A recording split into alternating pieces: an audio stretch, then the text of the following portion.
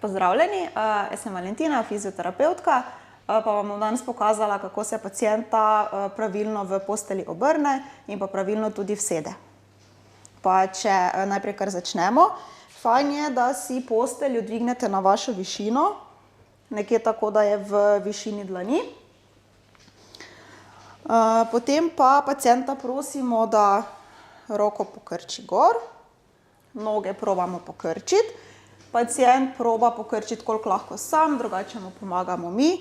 Če je le možnost, probajmo pacienta posedati preko slabše strani, ker bo se potem tudi lažje z zdravo roko odrinila navzgor. Zdaj spet prilagoditi se je potrebno svojemu domačemu okolju oziroma pač okoljskim možnostim.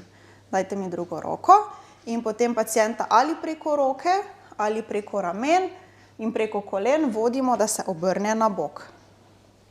Tako, s tole dlanjo se tukaj primete in pacienta stabiliziramo na boku.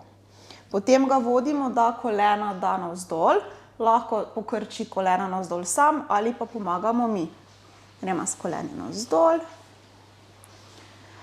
in potem preko medenice in preko ramena pacientu pomagamo, da se usede navzgor.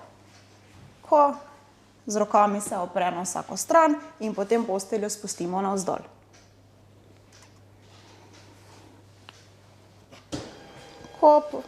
Poskusimo, da so stopala na tle, da ima pacient čim boljšo stabilno podlago.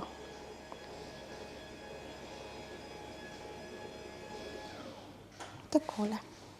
Tako, če pa želimo pacienta poleči nazaj, pa spet smo pozorni, da si podporno ploskavo, se pravi, da si posteljo prilagodimo naši višini. Vedno najprej gledamo na svojo hrbtenico, se pravi, pacienta dvignemo. Spet tako nekje, da smo z zravnano dlanjo pri mizi. Tako. In gremo vedno preko boka. Tako. Tole roko damo od spredaj, počasi popuščamo navzdol. Tako. Noge lahko ali dvignemo mi ali jih dvigne pacient sam. Ko pacient leži na boku, ga preko kolen še samo obrnemo nazaj na hrbet in noge lahko iztegne.